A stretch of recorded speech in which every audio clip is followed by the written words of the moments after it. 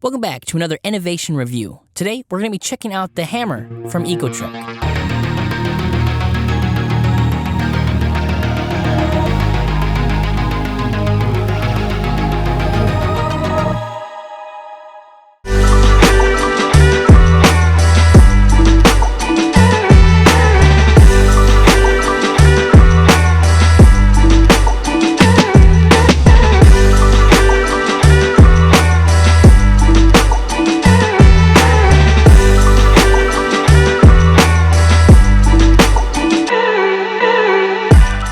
So some of you are just here for an overview of the bike. Let's talk about some of those big specs.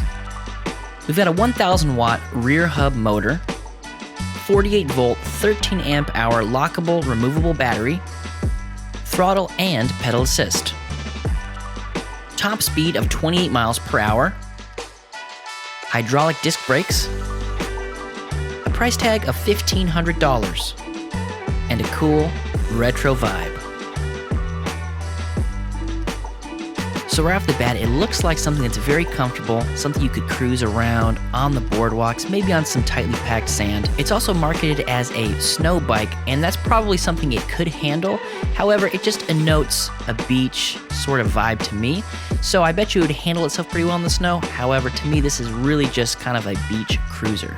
And popping back to the aesthetics, they have two versions of this bike, one that is the orange version and one that is the blue version. Now, it looks like the only thing that's really different is the color of the rims, so you can see the bright orange rims on this one. So we do have some very bold choices for colors here, a couple of different styles in my opinion, that if you were to look at separately, you might not think those would go together, but in the end, it all comes back together to give us this very vintage, retro-styled beach cruiser bike. Next, let's take a look at this motor. The rear hub motor we have here is advertised at 1000 watts. Now, we don't have any way to test for sure if that is the nominal watts on this particular bike. However, it does feel like there was a little bit extra juice in there, especially when compared to some of the recent 750s that we've got our hands on. But if this is a true 1000 watt motor at this price point, which is $1,500 at the time of recording, that is a pretty sweet deal for this much power. I'm not sure what the brand of the motor is. It is an Ecotric branded motor. However, to me, it looks sort of like a rehoused Bafang, a little bit different than some of the AKMs that we've seen on some of these other bikes. So I'm not 100% sure what the parts are underneath this cover. Again, I'm not a motor expert, but this thing held up really well during the ride test and really reminded me a lot of those Bafangs that we've tested in the past. Next, let's talk about the battery. So the battery we have here is a lockable, removable, 48 volts, 13 amp hour battery. So that's going to give us about 624 watt hours. And even though there's no advertised minimum or maximum distance on the Ecotric website, I would estimate you could get anywhere between 25 to 40 miles on this, given the terrain, the conditions, and your utilization of pedal assist versus throttle. The battery itself weighs in at 9.14 pounds, which puts it pretty much on the heavier side of a lot of these batteries we tested. We don't get any bells and whistles with this battery. There's no USB port or anything like that. We do have a quick notification right here on the top. We can press this red button and that will let us know how much charge we have in the battery. So that's always nice to give it a quick check before you turn the bike on and head out for your ride. With the keys situation here, we do have to leave the keys in there when we're operating the bike, which to me, and it's a personal preference thing, I would rather have removable keys. So with this battery, we don't have the option to remove those keys when we want to operate the bike. However, we can lock the battery and remove the keys and keep those keys with us if we were going into a store or walking away from the bike for some time. I do like the fact that it is removable, gives us options for charging. We can either charge it in the garage or wherever we're storing our bike, but we can also take that off and charge it inside at a more convenient location for us. We do have the addition of this carrying handle on the top here, which makes removing the battery somewhat easier. Now, a caveat to that is we have to move the seat to get the battery out. This may not be the case depending on where you have your seat. So if you're on the taller side, you may not have to worry about this, but for me, and I'm about 5'10", I have to move the seat up a little bit before I can remove the battery. So it's not a huge deal, just something to keep in mind. This is something you'll have to be moving quite a bit if you are on the shorter end and need this saddle down all the way. Next, let's talk about the brakes. The disc brakes we have here are unbranded, however they felt really good in the hands over here on the handlebars, and we didn't have any issues right out of the box. These things functioned well, and the system as a whole has a couple of unique things I'd like to touch on. First and foremost, these hydraulic brakes have motor inhibitors, which means that as soon as we go to apply pressure to these levers, it is going to cut off our power to the motor. Now, this is a big safety thing on some of these bikes. Let's say if you were going and you wanted to stop, but for some reason you were still going with the motor or what have you, you'd be fighting against those things. Now, with this motor inhibitor, as soon as you pull on these levers, it will cut power to the motor, which is a big safety plus. Another plus to this system is we have 180mm discs both on the front and in the rear. And that's going to give us a leg up on the 160mm discs that we see used quite commonly. So all in all, the brakes functioned well, no problems here, and right out of the box, at least with our unit, we were able to just take it out and we didn't have to do any adjustments or suffer through any of that brake grinding noise. Next, let's talk about the gears. So up here in the cockpit, we have this Shimano SIS Index shifter. Now, I am a big fan of this shifter. It's very simple, very easy to use, so no complaints for the shifter as a whole. However, from a design perspective, I would like to point out that here on the right side, we have this half grip, our half grip twist throttle, and then our shifter way up here. Now, what that causes me to do is if I want to shift a gear, I have to pretty much completely remove my right hand from that right handlebar, moving it all the way up to the top if I wanted to change gears. So although that's not a huge deal, I would like to see maybe some thought put into how we can bring this closer to the grip here. One idea that I had would be to replace this twist throttle with a thumb throttle. I feel like if we were to do that, it would take less movement to get up there to do some shifting, and also solves the twofold problem of having this half twist throttle on this bike. The way that the handlebars come around, it's kind of a strange angle to be also twisting my wrist. I found I was getting a little bit of tension there with using this twist throttle. Again, not the end of the world, and if you don't plan on using the throttle, it doesn't really matter. However, I feel like there could be more ergonomic ways to have a throttle attached to this bike. And that is attached back here to this Shimano Altus. Wait. Oh no, that's a tourney.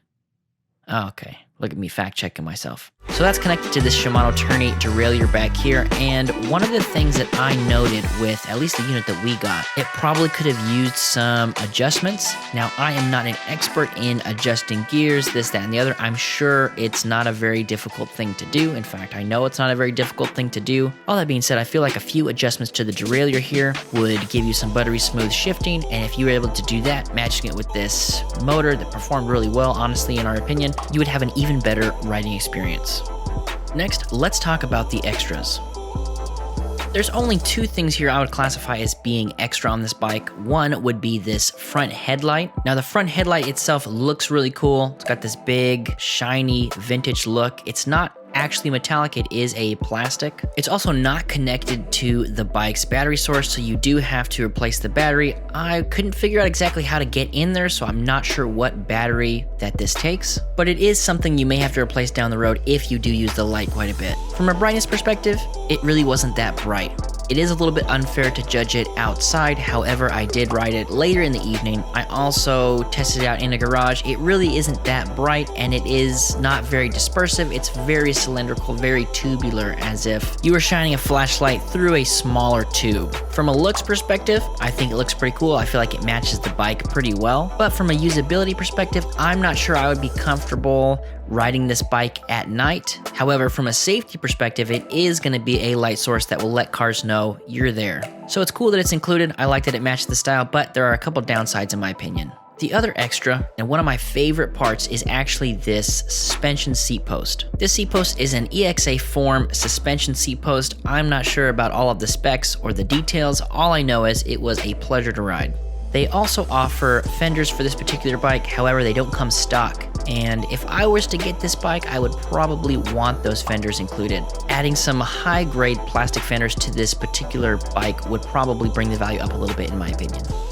Next, let's talk about the essentials.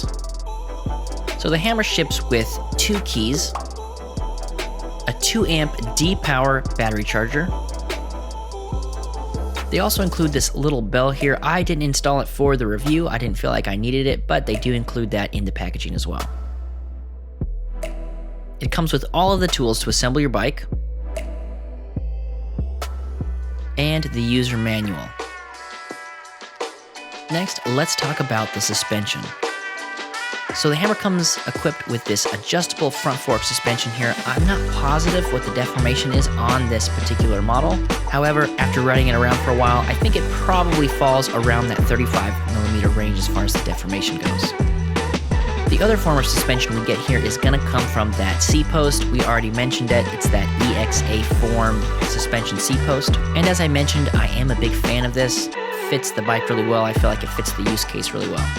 Another aspect of suspension is going to be those wheels. The tires we have here are some Chaoyang 26 by 4 inch. So this is those big, beefy, fat tires that people love so much. We've got a max PSI of 20. I'm not sure exactly what the low end of that is. Maybe you could get away with 4, 5, 6, something like that. And regular Schrader valves.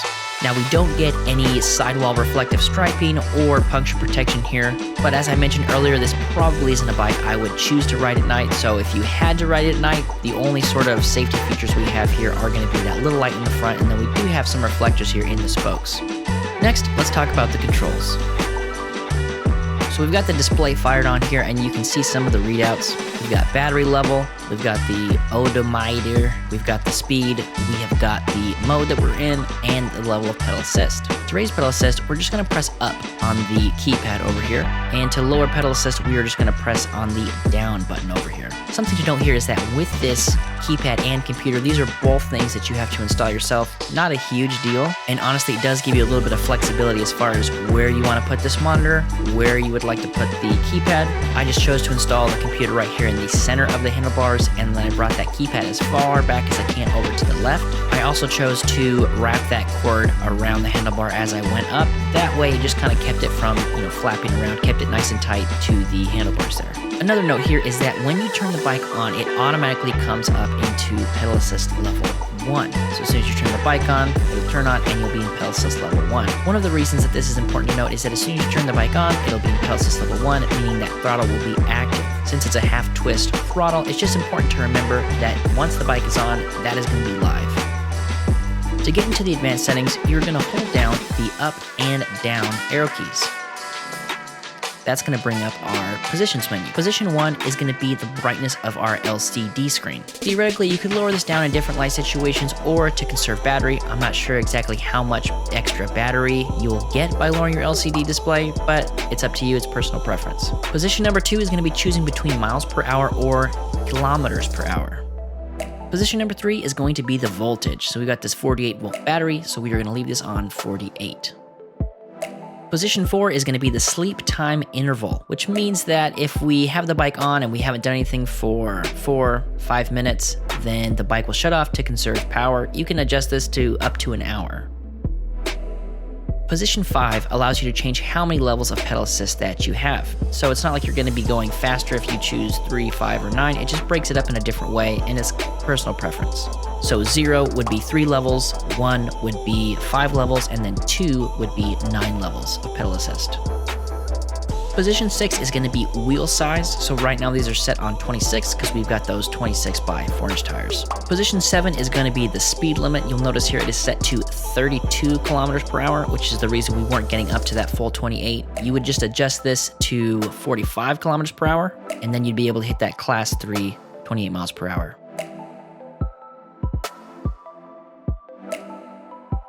And first, let's go ahead and take the pedal assist level off, and we'll just pedal this thing like a bike. Go ahead and take this thing down a little bit. Let's put it down there.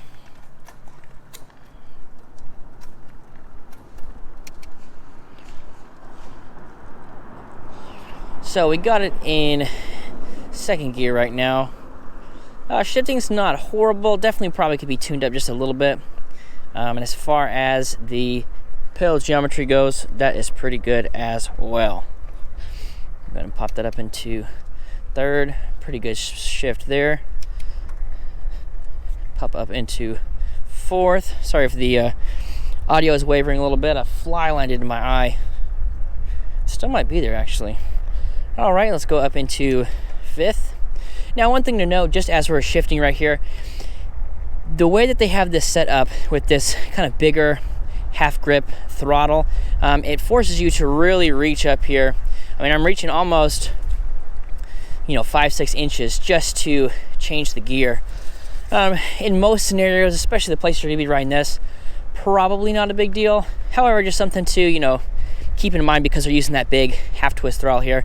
If we had something that was just a little thumb lever, that might make a little bit more sense with this bike, especially because the way that these kind of, you know, angle out, I'm kind of twisting my wrist a little bit to get that twist here.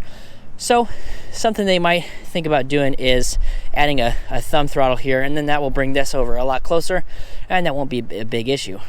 Started to get a little windy back there, so we came back to the street, a little protected from the houses and the big trees and whatnot. So we're in 5th. Let's go ahead and pop it up into 6th. A little bit of a harder shift there.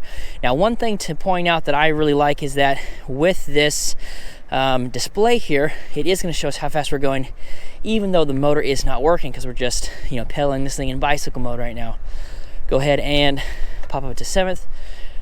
So from 5 to 6 was a little rough. 6 to 7 was pretty much perfect. And we're going, and even with that, you could get quite a good amount of speed with this ratio, I think, here. But we're not here for a workout, we're here to cruise. So let's go ahead and put it in pedal assist level 1. Let's see, it'll bring us down a little bit.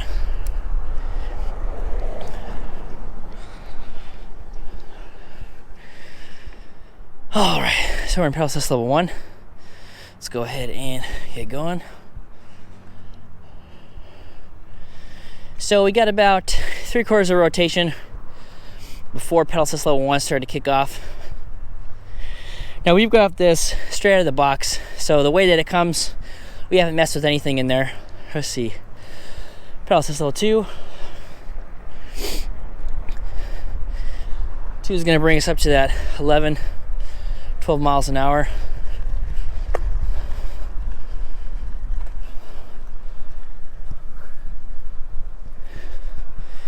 And pedal assist level 3. That's going to get us to 15. Pedal assist level 4. It's going to get us to 20. And pedal assist level 5.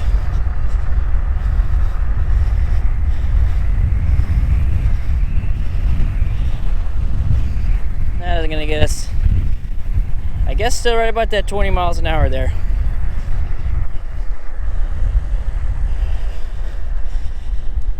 Now, this bike feels like it has a lot more to give, and so I think we have to pop in there into the settings to adjust that top speed. I would not be surprised if we could get 28 miles per hour on this thing whatsoever. Yeah, it definitely feels like the motor is cutting itself off. Feels like it's got a lot more to give. Now this is a bit of a heavier bike, so the fact that it is just doing what it's doing is pretty impressive. All right, so we're going to go ahead and test out the throttle. Now, the pedal assist level does govern how fast the throttle is able to go. So like right now we're in pedal assist level 1. So we'll hold back this real quick. It gets us up to about that 7-8 mile an hour mark. Pedal assist level 2. And pedal assist level 3.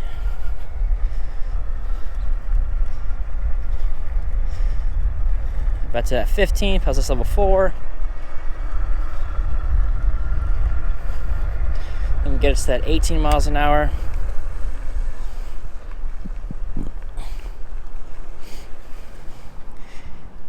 And let's see what we can do with pedal assist level 5.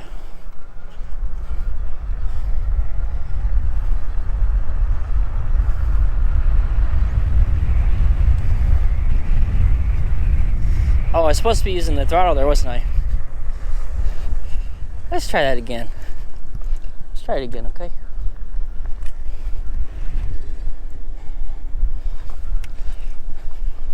All right, we're in pedal assist level 5. Let's just do this one from a dead stop. One thing to note also is that these brakes, they are motor inhibitors as well. So as soon as you tap on these brakes, it is going to cut power to the motor.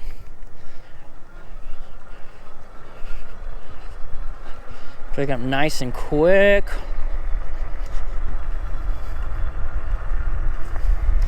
And this should get us right around that 20-mile-an-hour mark. Similar to the pedal assist, but it did take us a little bit longer to get there. And like I said, I feel like the bike could accelerate all the way up to 28 miles per hour if we were to pop in there and adjust some settings and whatnot. And as far as the motor noise goes, it's really not too bad. Definitely a little bit louder than some of the motors that we tested in the past. And yeah, kind of right there in the middle, maybe a little bit towards the louder side of things.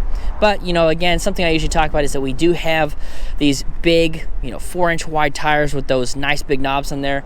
That's really going to create a lot of road noise as well. So some of that stuff that you hear, some of that noise is probably going to be, if it's not the wind, it's probably a little bit of that tire action as well. So again, just another comment about this twist throttle here. Because I'm twisting it, my grip really becomes fairly compromised over here on the right side. So just something to take into consideration, like if you were going to be riding this thing around, probably wouldn't want to do it in places or scenarios where you wouldn't feel comfortable, basically just riding with the one hand. Speaking of taking some hands off, let's see if this thing rides well no-handed. Okay. Not bad. Doesn't feel super comfortable. Like I can do it, but I'm putting a little bit of, waist work in there and basically just doing a lot of the job for it. Let's go ahead and let's take this off road, just right here into this river. No, I'm just kidding. But we're back here on this dirt trail. It's pretty hard packed, at least, when it doesn't rain. When it rains, it is not that. So with this bike, it doesn't come with any fenders or a rack. Now they do have spots to mount those, so I am assuming you could find something, if Ecotric doesn't offer it, probably third party that would match this thing pretty well. But right in the box, it doesn't come with, either the fenders or the rack. So just cruising back here, honestly, not too bad.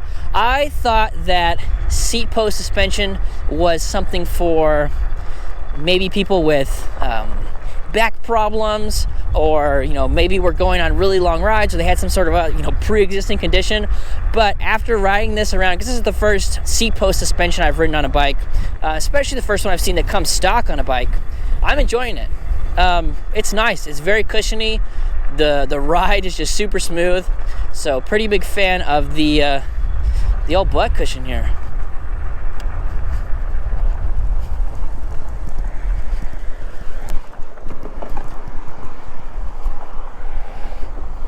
So we talked about the walk mode when we were doing the controls, but let's see a real life example of that. So to engage the walk mode, we're just gonna hold down this down arrow right here, and that is gonna engage the walk mode. Now something to note about this one is you see we've got the pedal assist level off. Now some bikes have the ability to, when you put it in pedal assist level 0, it doesn't actually engage the walk mode. Now with this one, you can engage the walk mode whether pedal assist is on or off. Not really a pro or con either way, but just something to mention. Personally, I might lean towards being able to disable the walk mode, by putting it into pedal assist level 0, but we do have a safety feature in that as soon as we let our finger off the trigger, it stops. So that's nice. Definitely not something we can, walk with a cruise control sort of style, but the fact that we can just let it go, pops off, kind of makes up as far as the safety of the walk mode goes. Alright guys, that is going to do it for our review of the Hammer from Ecotric. If you want to know more, I'll have a link down to their website below. And if you guys have any questions, please let me know. Love talking to you guys, and we will catch you on the next one.